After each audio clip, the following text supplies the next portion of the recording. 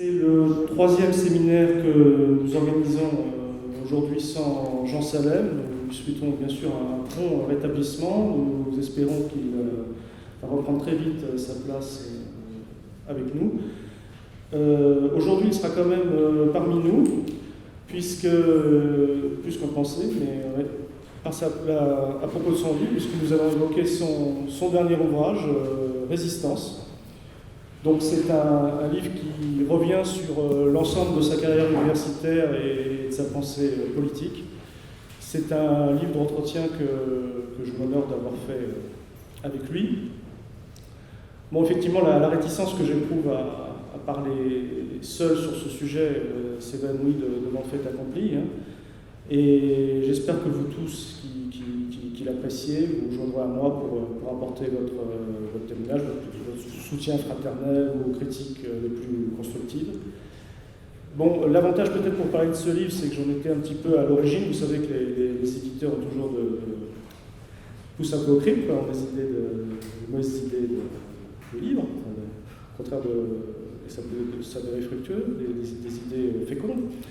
Et je peux un peu parler du making-of de cet ouvrage, pardon pour l'anglicisme, je pense que ce sera le seul de la journée. Je n'ai pas tellement d'autres termes anglais pour en parler.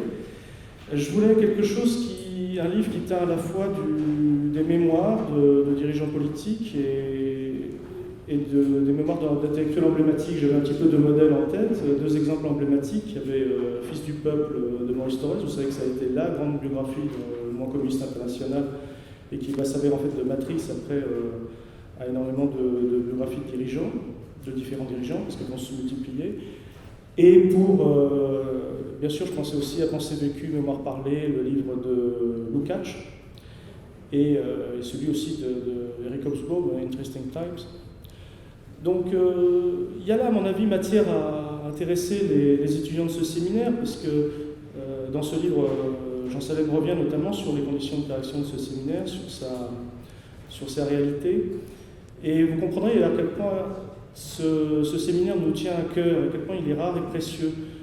Si vous voulez, on est pris entre deux. Lorsqu'on évoque l'idée même d'un séminaire marxiste dans la France d'aujourd'hui, vous avez deux camps, ceux qui vont vous dire, de toute façon, le marxisme a toujours régné à l'université. Vous savez que c'est dans la droite, on entend beaucoup ça, du temps où le marxisme régnait à l'université.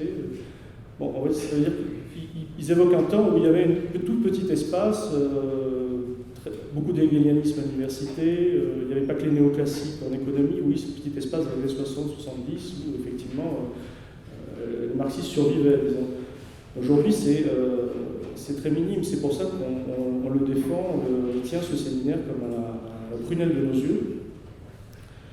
Et il y en a d'autres qui vont vous dire, de toute façon, ils vont vous rappeler les splendeurs et surtout les misères d'un certain marxisme de la chair, parce qu'effectivement, on va toujours vous opposer la théorie et la pratique, et le fait qu'il y a eu effectivement dans la social-démocratie allemande une tendance à faire du marxisme quelque chose d'un petit peu scolastique. C'était bien sûr pas du tout l'idée de ce séminaire, qui était directement ouvert sur la société civile, sur l'extérieur, sur toute la recherche, et je pense qu'il l'a prouvé depuis énormément d'années. Il est même, ça Jean Salem l'explique bien, même ouvert à l'international. On commence à faire des partenariats à l'étranger avec tout ce qui se fait de vivant, de neuf dans le marxisme. Et il parle même de la plupart des luttes sociales au niveau mondial, puisque ça il montre bien, quand il parle de ses voyages, c'est pas les tribulations d'un globe-trotteur, c'est vraiment le voyage en militant. Alors vous comprendrez que c'est beaucoup moins un livre de marxologie qu'un livre sur le marxisme dans un contexte politique particulier. C'est pour ça que j'ai intitulé, pour faire le lien avec vos préoccupations sur le marxisme, marxisme-léninisme et communisme en France, passé, présent, avenir. Effectivement, c'est intéressant de voir comment les idées marxistes ont pu s'incarner dans un courant de pensée, une certaine pratique intellectuelle. Vous connaissez bien sûr l'adage très connu, c'est les idées deviennent une force matérielle quand elles s'emparent des masses. D'ailleurs, il faudrait vraiment méditer sur ce terme, une idée qui devient une force matérielle. On est vraiment là on pourrait écrire des lignes sur la combinaison de l'idée et de la matière. Vous savez déjà qu'on a du mal à comprendre Hegel si on ne comprend pas que l'idée chez Hegel est déjà matérielle, elle est déjà une synthèse de tout un processus historique. Donc, c'est très peu, justement, idéaliste au sens le plus dommageable du terme. Bon, mais effectivement, donc, Jean Salem va revenir sur son itinéraire intellectuel, et là, vous verrez que il y a matière à penser sur des choses qui ne sont pas spécifiquement marxistes, mais en tout cas très marxiennes, c'est sûr. En tout cas, il explique sa formation intellectuelle, 12 azimuts. Je n'ai pas calculé le nombre de diplômes qu'il a passé, mais à chaque fois, d'ailleurs, c'était dans un contexte, il a fait presque valider l'ensemble de ses connaissances. Ça, c'est très marxien, au sens où Marx aussi était quelqu'un qui... bien sûr que le marxisme est une méthodologie, une méthode pour l'action, mais bien, ça ne serait rien s'il n'y avait cette espèce de richesse de l'information, cette richesse du contenu. Et Jean Salem, dont la spécialité, vous le savez, c'est bien sûr l'atomisme antique, c'est plutôt Démocrite, c'est plutôt Épicure. Évidemment, là, se révèle aussi très marxien, au sens, bien sûr, non seulement de la thèse de Marx, que vous connaissez très bien, mais dans le fait d'aller faire des incursions dans ce qui semblerait être aussi des chasses gardées de la droite, on pourrait dire, dans le champ universitaire. Quand je pense au débat qu'il y a eu actuellement sur le grec et le latin, on a d'un côté des gens soi-disant de gauche qui veulent le réduire et des gens soi-disant de droite, enfin oui, des gens vraiment de droite qui pensent que c'est leur chasse gardée et que c'est qu'on touche à quelque chose qui les représente eux-mêmes. Bon, et effectivement, quand vous repensez à... il faut savoir que l'Antiquité, justement, n'a pas toujours été le monopole de la droite. Quand vous voyez que Nietzsche est obligé, vous savez très bien que Nietzsche, par exemple, se revendique d'une certaine Grèce, la Grèce esclavagiste, à partir de la Commune de Paris, c'est un modèle, effectivement, qu'il cherche à opposer au socialisme. Bon, il a fort à faire, parce qu'évidemment, des gens qui avaient magnifié la Grèce, vous trouvez par exemple Heinrich Heine, qui va trouver à l'intérieur d'une sorte de sagesse antique, antérieure aux superstitions de la religion, matière en fait à résistance. Au sens, donc il ne faut bien sûr pas du tout abandonner ce terrain. De même qu'on parle d'internationalisme prolétarien dans la géographie, c'est-à-dire aller voir chez n'importe quelle nation qui ont toutes leurs mérites, tout leur intérêt, aller voir quelles sont les forces de progrès et les soutenir, c'est pareil pour n'importe quelle civilisation, n'importe quel peuple. Donc quand je vois qu'être de gauche, ça serait supprimer un petit peu les études gréco-latines, ça me fait penser à Maurice Thorez, vous savez qu'il faisait corriger presque tous les soirs ou toutes les semaines, je ne connais pas bien la fréquence, une version latine par un membre du comité central. Je repense aussi à Togliatti qui est en pleine campagne électorale, je crois que c'est sa dernière, citait Virgile en disant Siquos non vobis melificatis apes. Vous savez, c'est cette phrase. Oh, vous les abeilles, c'est vous qui produisez le miel, mais ce n'est pas vous qui le consommez, le miel. Et bien que le dirigeant du Comintern, bien que le grand dirigeant internationaliste, il s'est retrouvé les accents le meilleur de sa culture nationale, en fait, pour s'adresser avec des mots très parlants à son peuple, et en même temps en s'appropriant toute cette grande culture du passé. Donc, effectivement, ça, je trouve que c'est matière de réflexion, c'est un des aspects de ce livre, c'est ces incursions sur... c'est pour ça que je vous incite à lire Jean Salem, y compris non pas simplement dans ses livres de marxologie, mais aussi dans tous ses livres sur l'atomisme antique, et vous verrez que c'est aussi la poussée très profonde d'un marxiste. Donc vous verrez que c'est un livre effectivement là, très impur, on se joue un petit peu des divisions du travail intellectuel. Jean Salem qui a été élevé aussi en Union soviétique, vous savez qu'il parle russe couramment, donc il parle beaucoup de la littérature russe, mais il en parle pas simplement en expert en littérature, mais comme une sorte de sismographe de la révolution qui se préparait. Bon, voilà un peu pour l'aspect formation intellectuelle.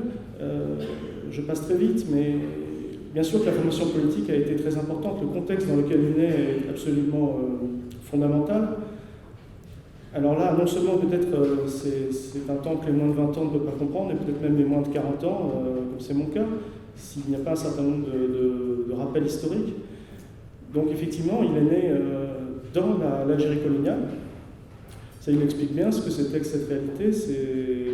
Bien sûr, vous connaissez tous son père Henri Allais, vous pouvez lire ses mémoires algériennes, qui sont absolument fondamentales pour comprendre cette époque.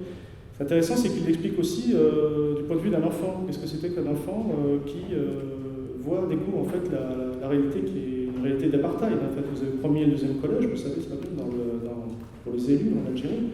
Et vous avez aussi, lui, il la voyait matérialiser, une ligne blanche qui séparait non pas les garçons des filles, comme on l'a vu après dans l'école primaire, mais l'acte des Français des musulmans, comme on disait à l'époque. Donc il va parler évidemment de ce contexte. Il va faire des liens bien sûr avec l'Afrique du Sud.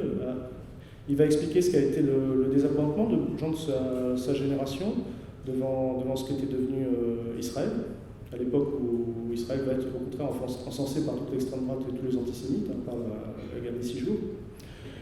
Et effectivement des conditions d'apartheid que va renouveler ce type de pratique coloniale.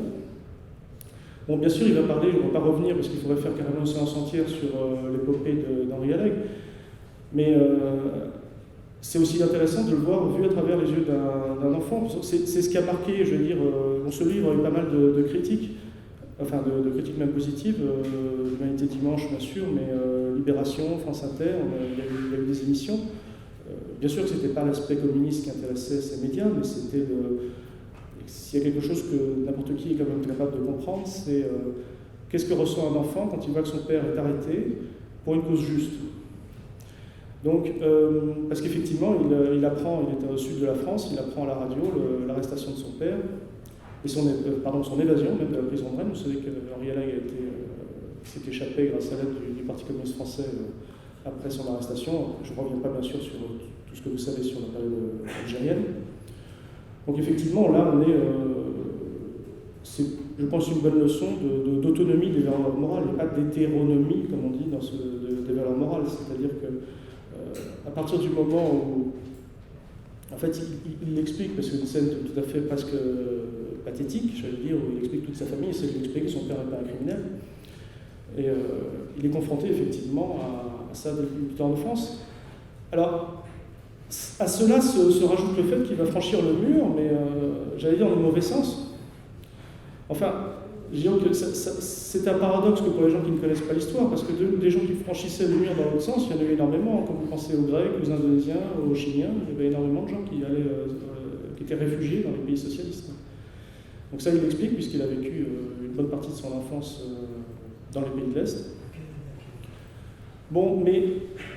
Donc effectivement, on comprend bien d'où vient cet engagement, une forme d'indignation morale. Non, mes parents n'étaient pas des salauds, mes parents étaient des héros. Effectivement, je m'excuse de dire crûment, mais c'est ça. Ce qui est un petit peu difficile quand on voit que finalement le candidat de la gauche va se choisir dès 65 et puis surtout en 81, c'est quand même un ancien garde des Sceaux, un ancien ministre de l'Intérieur pendant la guerre d'Algérie.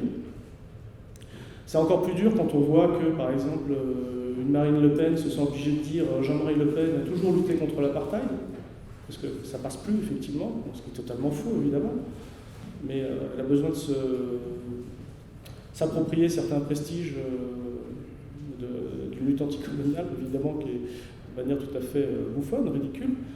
C'est-à-dire qu'en fait, les gens qui étaient les plus méprisés, traités comme de la vermine, comme les militants anticolonialistes à l'époque, effectivement, aujourd'hui, des gens se rendent compte qui ont été les pires de leurs adversaires, aujourd'hui voudraient s'approprier les prestiges de cette lutte-là. Bon. Mais il en va de même, en fait, pour sortir un peu des questions personnelles, il en va de même de toute l'attitude du PS en règle générale, parce que si on regarde ce qu'a été l'histoire de la SFIO depuis la guerre du Rif jusqu'à aujourd'hui, un certain nombre d'interventions que vous voyez dans le monde actuellement, c'est un parti qui a toujours choisi la colonisation. Il y a une certaine gauche colonialiste, on peut même remonter à Jules Ferry. Jules Ferry qui a quand même été choisi en exemple par François Hollande dès son intronisation.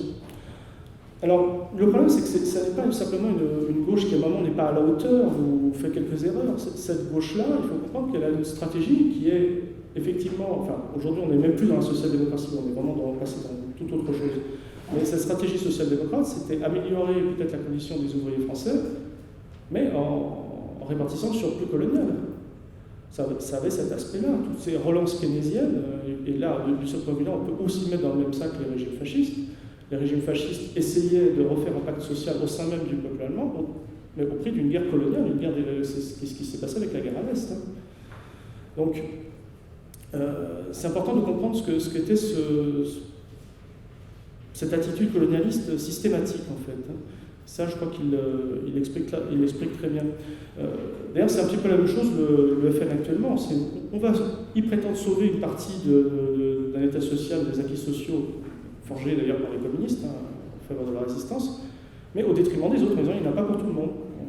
On va le sauvegarder. C'est toujours pareil, c'est-à-dire que vous gardez quelque chose de positif, mais vous divisez les gens, et vous divisez la nation, et vous appropriez en fait comme un privilège en fait les acquis de longue lutte qui normalement devraient appartenir à tout le monde.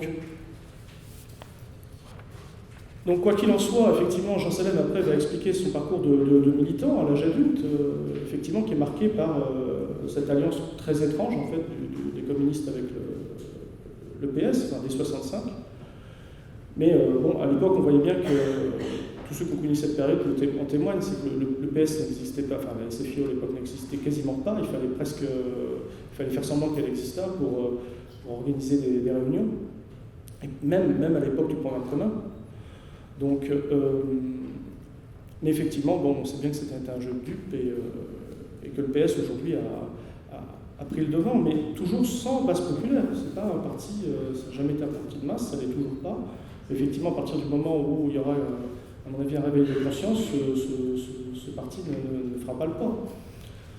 Bon, mais Jean Salem va expliquer son parcours militant. Lui, effectivement, avec toute la conscience qu'il avait le parcours très héroïque de ses parents, ancré vraiment dans les luttes, le fait qu'il connaissait très bien la plupart des dirigeants communistes, je pense à Léo Figuère qui venait tout le temps Léo Figuère, c'était celui qui dirigeait la résistance des jeunesses communistes dans le sud de la France. Léo Figuère, c'est une sorte de mentor pour lui, plus toute la connaissance qu'il avait de l'URSS. Évidemment, il n'avait pas tellement tendance à essayer de mettre de l'eau dans son vin, comme à l'époque de l'eurocommunisme. Et on le voit, dès les années 70, il est une sorte de secrétaire de Jeannette Torres-Vermersch. Donc Jeannette Torres-Vermersch, on s'en souvient, elle avait démissionné du comité central au moment de la condamnation par le PC de l'intervention soviétique à Prague. Bon, effectivement, les avis sont partagés sur ce qui s'est passé actuellement. Je pense qu'avec le recul historique, il y a énormément de choses qui font quand même penser qu'il s'agissait en tel littéral, une sorte de révolution orange. Comment ça se discute. Bon, ce serait réducteur, effectivement, de réduire la conscience communiste à Jeannette Torres-Vermersch à l'époque, qui était quand même effectivement très isolée, très marginalisée. D'autant plus que l'époque marchait. Jean Salem est assez dur, lui, parce qu'il avait vraiment connu cette époque, très dure sur cette époque. Bon, effectivement, avec le recul, par rapport à ce qui a suivi, ça paraît encore même, effectivement très très structuré. Mais je pense qu'il y a un intérêt quand même à comprendre quels étaient ces communistes, disons, un petit peu oppositionnels, un petit peu orthodoxes. J'aime pas le mot, parce que le marxisme n'est pas une religion. Quoique, en fait, s'il fallait choisir entre les catholiques et les orthodoxes, vous savez très bien que le catholicisme, c'est pas les orthodoxes et les schismatiques, ce sont les catholiques qui ont justement fait ce schisme pour pouvoir piller Constantinople. Hein. Je avoue que j'ai plus de sympathie pour les orthodoxes, a priori, c'est des religieux. Bon, je ferme la parenthèse. Mais bon, c'est quand même assez intéressant d'étudier ce courant-là et de le relire un petit peu ce que s'exprimaient ces gens-là de l'époque, parce que ça nous évite une vision assez manichéenne, en fait, où vous aviez longtemps, il fallait comme exprimer, c'était bon d'exprimer déjà ce qui n'allait pas effectivement dans le monde ouvrier, dans le monde communiste international. Surtout, ça permet de comprendre ce qui s'est passé après, parce que où vous avez une hagiographie sans nuance, l'URSS et le paradis socialiste, ou au contraire, vous aviez, et tout le monde communiste digne d'éloge, ou au contraire, vous aviez, enfin bon, c'était le mal absolu, le reprochement absolu. Alors, c'est quand même intéressant parce que là, on a publié un livre, et j'allais dire que c'était dans le cercle d'Henri Alleg, donc de sa femme, de Jean Salem, c'est aussi à eux qu'on le doit, ceux qui ont lutté pour que ce livre existât, et qui ont fait venir donc, qui ont permis non seulement de traduire, et puis le fait qu'il voit le jour, ce grand livre qui s'appelle Le socialisme trahi de Kiran et Kenny. J'en parle ce livre parce que je me permets de parler d'un de nos livres au catalogue parce que c'est sans doute le livre le plus important, à mon avis, pour la thématique qu'il choisit. Je ne dis pas qu'il répond de manière la plus exhaustive possible, mais il s'interroge sur qu'est-ce qu'a été l'évolution du monde communiste, de quoi l'URSS est-elle morte. Et bon, leur thèse, c'est de dire que l'URSS est morte d'une injection de capitalisme. Thèse qu'on ne pouvait absolument pas dire avant, parce que essayer d'étudier la part de capitalisme dans l'économie soviétique, c'était tabou. Mais en fait, elle avait bien lu à partir du XXe congrès, et disons qu'un certain courant, le grand mérite aussi de ce livre de Kieran Ekeni, sur lequel on revient bien sûr dans le livre, ce n'est pas de personnaliser les choses, c'est pas de dire à partir de tel ou tel dirigeant ça va pas, tout est foutu, c'est pas du tout ça, c'est de dire il y avait un courant social-démocrate au sein de la direction du PCUS, enfin, avant ça s'appelait pas PCUS, vous comprenez, un courant social-démocrate qui finit par emporter, qui finit par penser qu'on peut laisser un second marché à côté du marché d'État, et ce marché finit par agir comme un parasite en fait de l'économie. Et donc c'est un livre dont s'est emparé la plupart du mouvement communiste qui aujourd'hui fonctionne encore réellement, c'est-à-dire des partis communistes qui restent sur des bases marxistes-léninistes ont tous traduit ce livre, parce que c'est une réponse. Non, l'URSS n'est pas morte du socialisme, c'est pas l'économie socialiste qui a fauté. D'ailleurs, l'économie socialiste, elle a été capable de passer, comme la formule le dit, de l'arrêt à Spoutnik en 50 ans, de battre le fascisme, de lutter contre la guerre froide, pendant la guerre civile, de résister à 14 nations. C'est pas l'économie socialiste qui est en cause. On évoque aussi beaucoup dans ce livre la plupart des questions de soviétologie, forcément, qui nous intéressent tous deux énormément. Alors disons qu'il y a plusieurs, de même qu'il y a plusieurs générations de soviétologues, il y avait plusieurs générations d'anticommunisme. Alors lui, il a connu plus celle des années 70, moi celle de la fin des années 90. On pourrait évidemment remonter à la propagande de l'homme au couteau entre les dents, évidemment, parce que c'est comme l'anticommunisme, c'est comme un organisme végétal qui évolue, qui a ses mutations, c'est presque intéressant.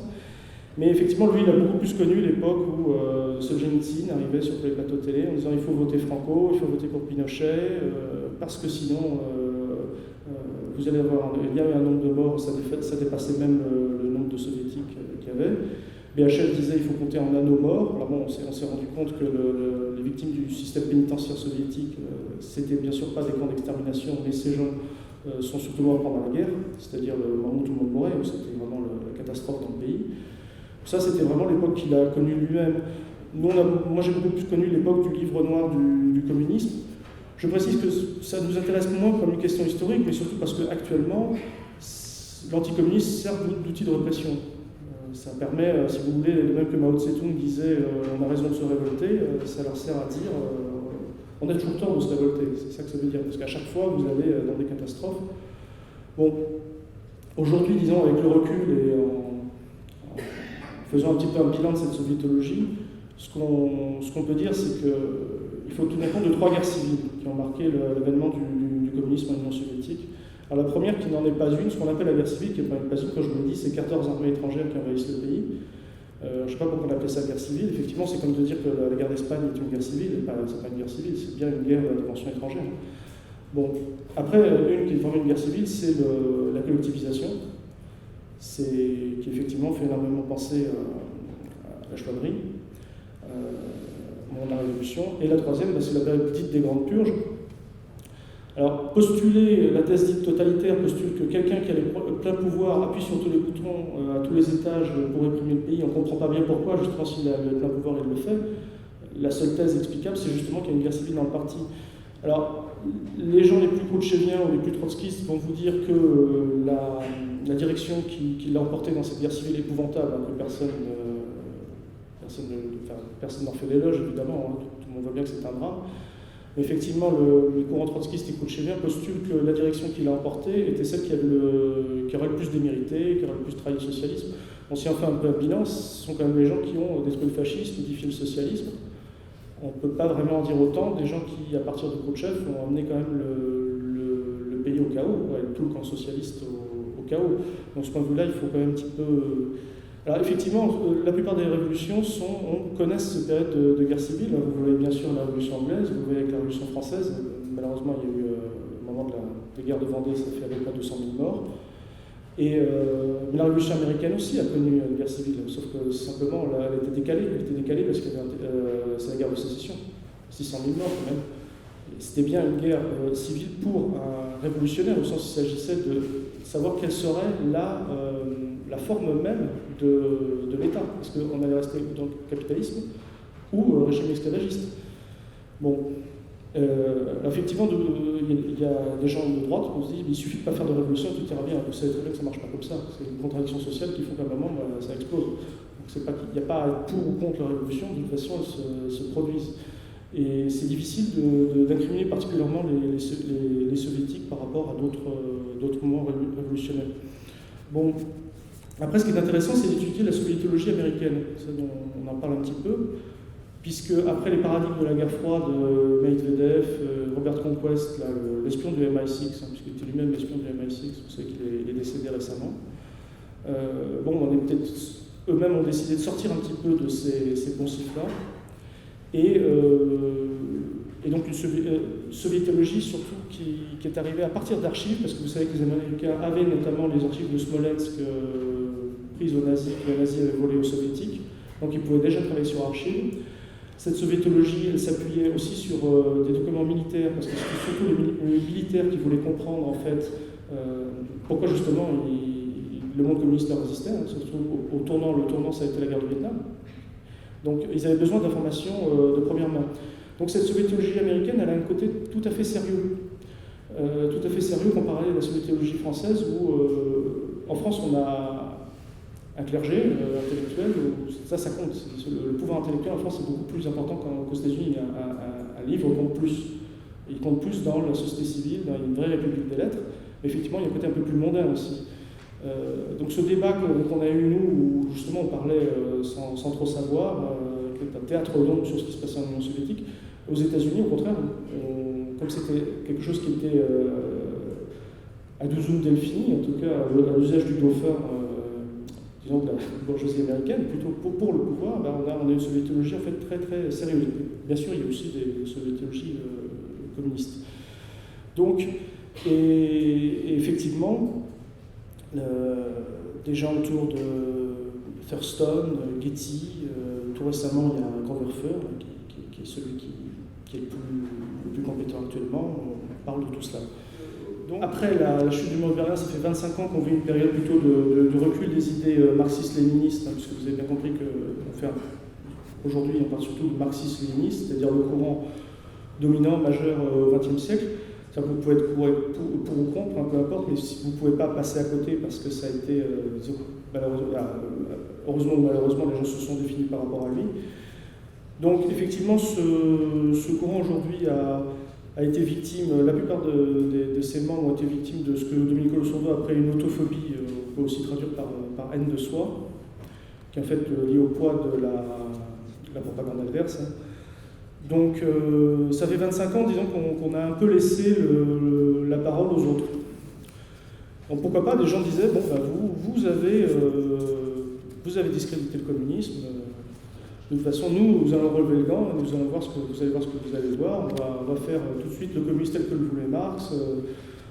Même le PCF avait théorisé la visée communiste, c'est-à-dire on sautait à pieds joints directement dans le communisme, on ne passait même pas par le stade socialisme.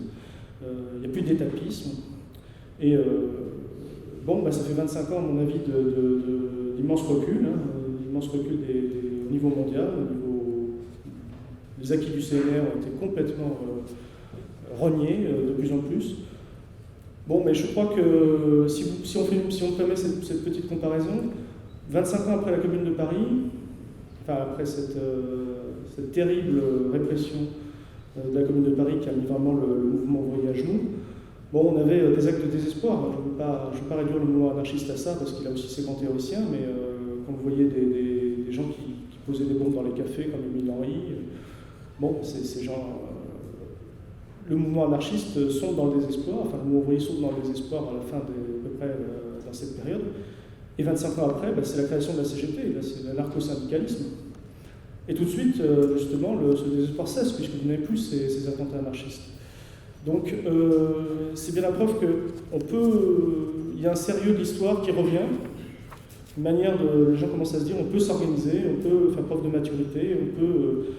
je pense que ce dont on parle, c'est aussi de cet héritage de maturité qu'a été le Parti communiste, qui était capable de s'adresser à la nation, de prendre sur soi, de prendre vraiment le pouvoir dans toute sa dimension. C'est-à-dire que si on parle du gauchisme comme maladie infantile, à nous, bien sûr, de faire preuve de maturité, de montrer en quoi nous sommes capables de,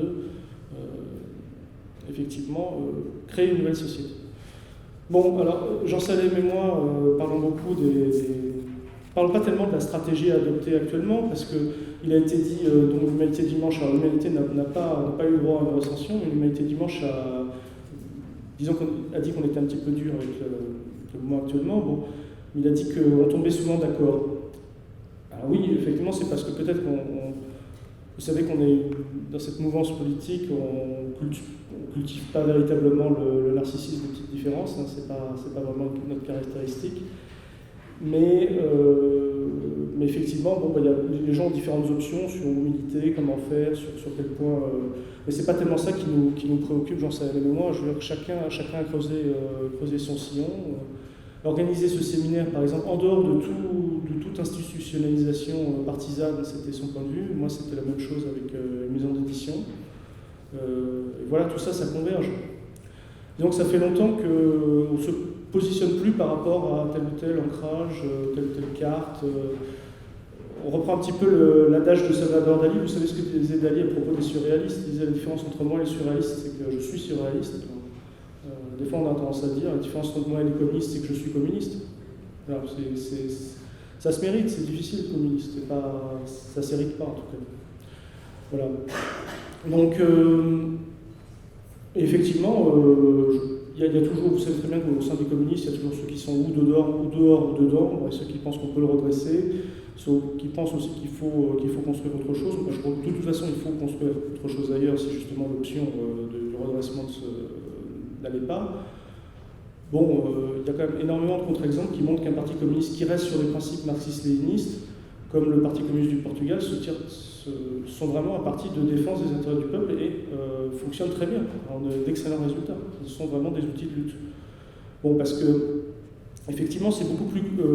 ce qui se passe actuellement, on en parle beaucoup dans ce livre, sur la réalité de la mouvance communiste en règle générale.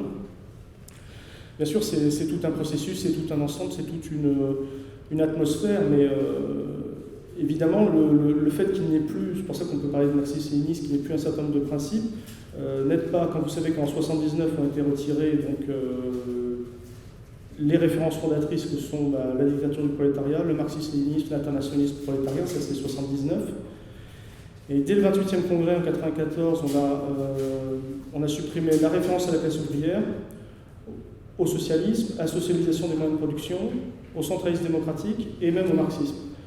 Alors par exemple, peut-être pour des étudiants, ça va vous sembler des mots un petit peu vieillis ou formalistes.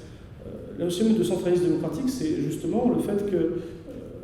moi, j'ai jamais vu un parti ouvrier fonctionner réellement sans centralisme démocratique. Parce que si un parti ouvrier il est forcément minoritaire, il est forcément agressé, attaqué. Et donc si vous n'avez pas centralisme démocratique, ça veut dire libre débat à l'intérieur, mais à partir du moment où une décision a été votée, elle s'applique pour tout le monde. Malheureusement, ce sont des leçons que donne l'histoire sur l'organisation même d'un parti.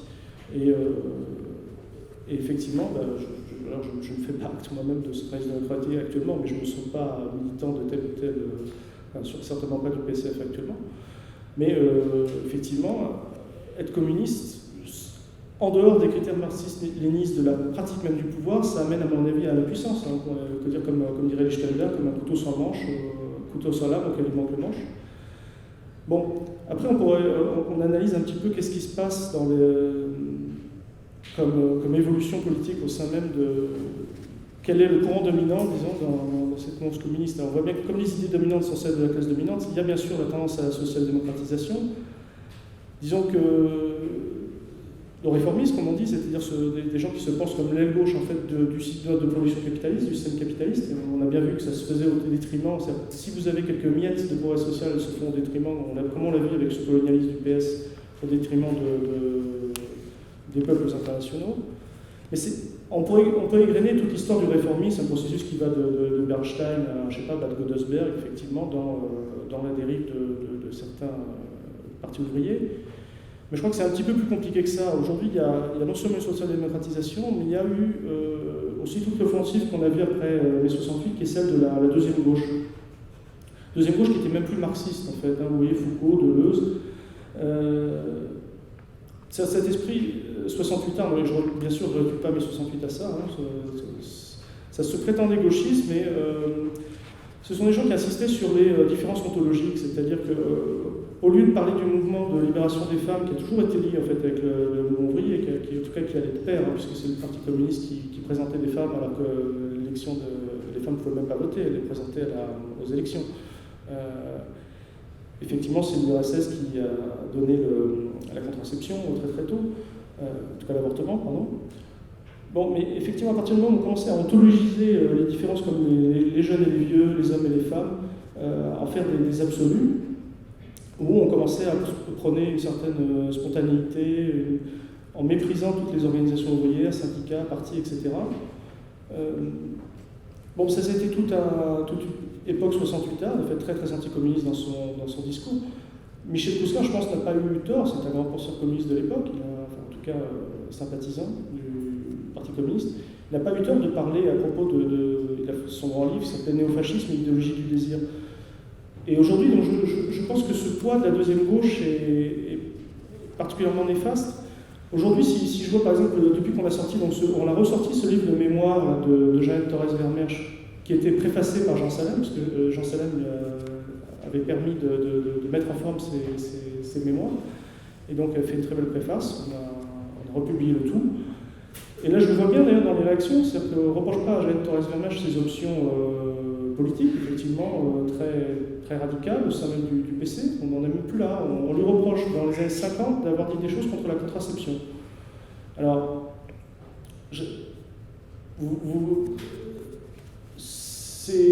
ces mots difficiles, durs qu'elle avait prononcés contre la contraception, elle s'est rendue compte elle-même de son erreur, au moins 20 ans plus tard, en disant à l'époque, je croyais qu'il y avait une forme de malthusianisme, que le capitalisme prenait une forme de malthusianisme pour la classe ouvrière, pour mieux l'exploiter.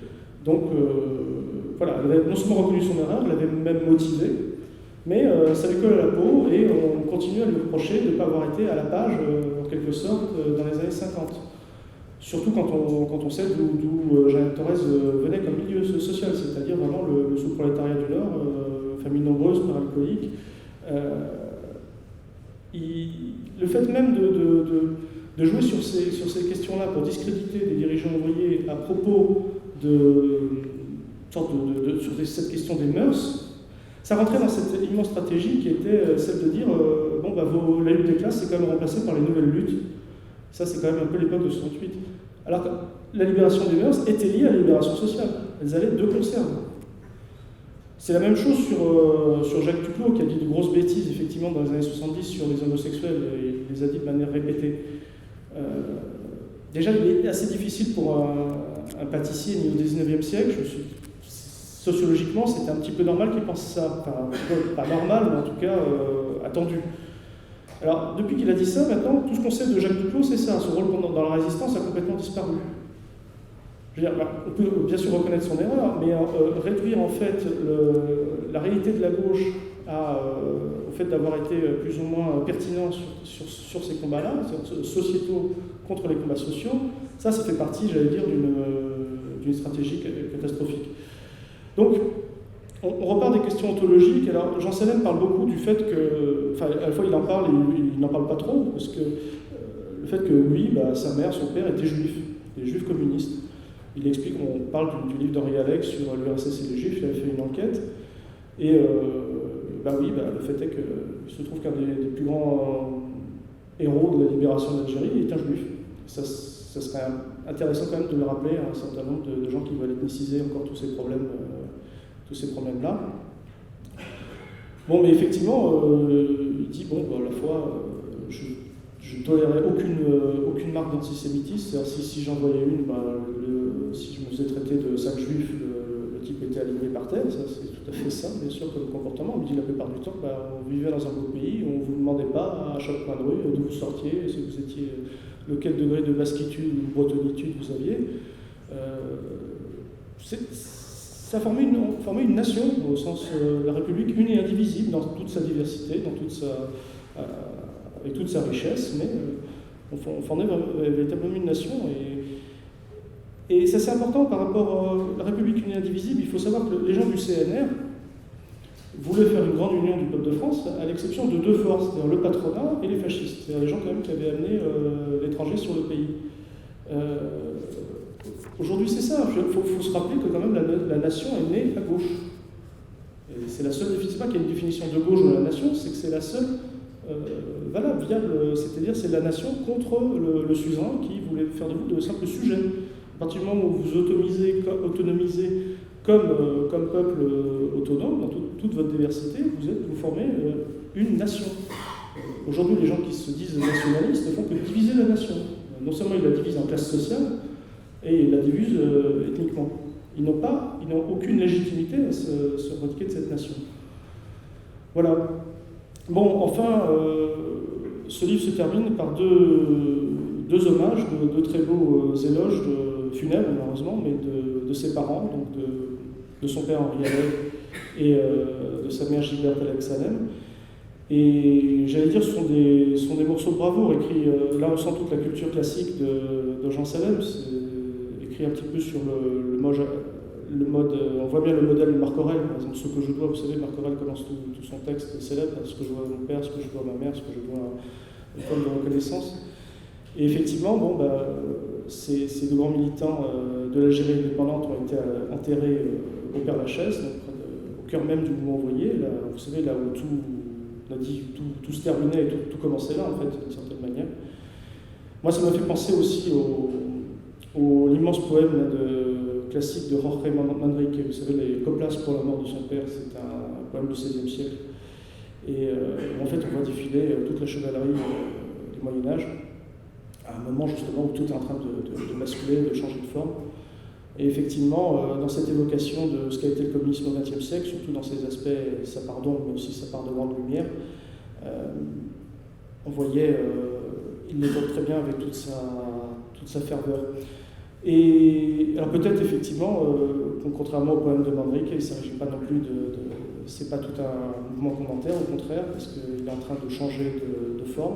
Peut-être que en France, c'est sans doute un peu la même idée, ça s'est peut-être appelé jacobinisme au XIXe siècle, ça s'est appelé communisme au XXe, peut-être que ça s'appellera autrement, peut-être que ça rentrera dans un autre mouvement d'émancipation populaire, mais en tout cas, c'est le visage de la France. Et quand je vois aujourd'hui toutes les polémiques qu'il y a au sujet, vous voyez le conflit social qui revient de manière très très forte. Quand je vois aujourd'hui que des gens sont mis en prison pour une chemise, vous savez, vous connaissez cette histoire à la France, et quand je vois surtout que notre gouvernement va s'excuser auprès de l'Arabie Saoudite pour cette chemise, pour s'excuser de l'image de la France à l'étranger, parce que l'image de conflit social, ils vont s'excuser auprès de féodaux. Vous voyez, rien ne change. De ce point de vue, la communisme, c'est toujours la jeunesse du monde, excusez-moi de le dire, mais par rapport à tout ça, on en est toujours au féodalisme, on en est toujours à des gens qui vont décapiter et crucifier des gens pour avoir participé à une manifestation. Décapiter et crucifier, comme dirait à Aragon, pour le bâillon la bouche, pour la main le clou. Voilà. Et ils vont se plaindre en disant, regardez, non, c'est plaindre de l'image de la France à l'étranger. Voilà, je suis très content. Je remercie Jean Salem de nous avoir donné cette possibilité de faire ce livre Résistance avec un grand S, parce que je crois que c'est un livre qui.